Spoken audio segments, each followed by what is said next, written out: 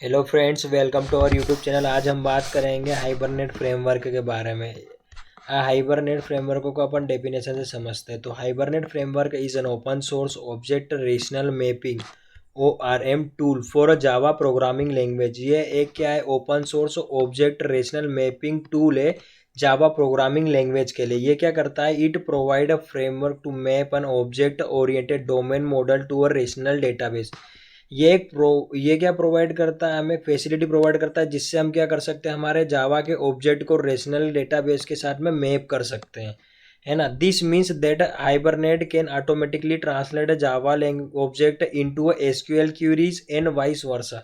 मतलब क्या होता है कि हाइबरनेट जो रहता है जावा के ऑब्जेक्ट्स को क्यूरीज में कन्वर्ट कर देता है और क्यूरीज को जावा के ऑब्जेक्ट्स में कन्वर्ट करने का काम करता है। This can solve developers lot of time as they have no longer have to write manual queries for every operation. ये इसमें क्या होता है कि डेवलपर को मैनुअली खुद से एसक्यूएल क्यूरी नहीं लिखना पड़ती हर ऑपरेशन को परफॉर्म करने के लिए, जिससे कि ये क्या करता है, डेवलपर्स का लॉट ऑफ टाइम, बहुत सारा समय और एफर्ट्स, मेहनत को क्या करता है, सेव करता है। अब हम इसको डायग्राम से समझने की कोशिश करते हैं। फर्स्ट ऑफ ऑल हम ये देखेंगे कि सबसे पहले हाइबरनेट क्या वर्क करेगा, उसके बाद में किस तरीके से ऑब्जेक्ट जो है ऑब्जेक्ट की मदद से हम ऑपरेशन परफॉर्म करेंगे। तो सबसे पहले क्या होता है, हाइबरनेट का रोल क्या होता है, कनेक्शन स्टेबलाइज करना, मैपिंग करना।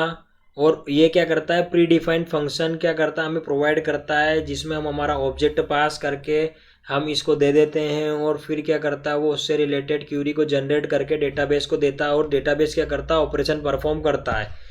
तो क्या करता है ये, जैसे मान लो सपोज बेसिक ऑपरेशन हमें परफॉर्म करना है, अपडेट डिलीट एंड सेव का, मतलब इंसर्ट का।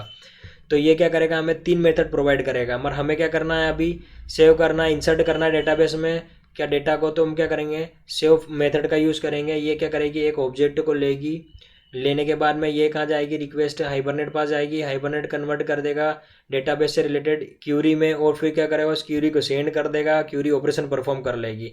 ये जैसे हमने यहाँ पे ऑब्जेक्ट बना लिया एम्प्लॉय क्लास का, उसमें डेटा को पास कर दिया है। अब ये ऑब्जेक्ट को हमने पास कर दिया है सेव मेथड में, सेव मेथड चला जाए हाइबरनेट पास, हाइबरनेट इंटरनली उसको क्यूरी में कन्वर्ट कर देगी। ये आ गई query, insert into employee ID, employee name, value 101 और ईएमपी नेम हो जाएगा ABC। ये क्वेरी जाएगी डेटाबेस के पास में और डेटाबेस ऑपरेशन परफॉर्म करेगा इंसर्ट करने का डेटा को। तो ये डेटा इंसर्ट हो गया, तो ये तो हमने समझ लिया। अब ये तो हमने डायग्राम समझ लिया, अब आगे हम थ्योरी देखते हैं कि क्या क्या अभी और पढ़ना है। अब ये आता है next, open source. Open source क्या होता है कि open source is not only a free but code is also available for a developer. Developer can modify their according to their need. मतलब क्या होता है कि ओपन सोर्स मतलब फ्री ही नहीं होता है, इसका मतलब ये भी होता है कि इसका जो सोर्स कोड रहता है वो डेवलपर के लिए अवेलेबल रहता है। डेवलपर उसकी नीड के अकॉर्डिंग उसको मॉडिफाई कर सकता है। नेक्स्ट टर्म है हमारी ऑब्जेक्ट रेशनल मैपिंग। ये क्या है, एक प्रोग्रामिंग टेक्निक है that bridge the gap between the object oriented programming paradigm and relational database RDB।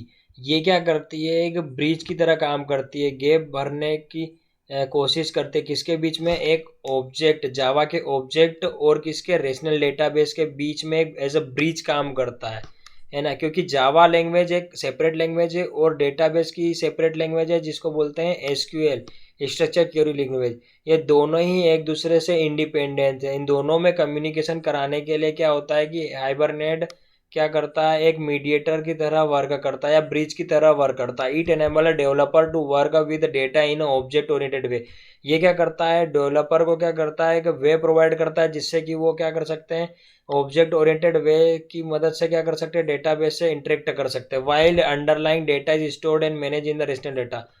जबकि जो डेटा है वो टेबल्स के फॉर्म में स्टोर्ड या मैनेज है, तो भी हम ऑब्जेक्ट की मदद से उसको क्या कर सकते हैं, वर्क कर सकते हैं।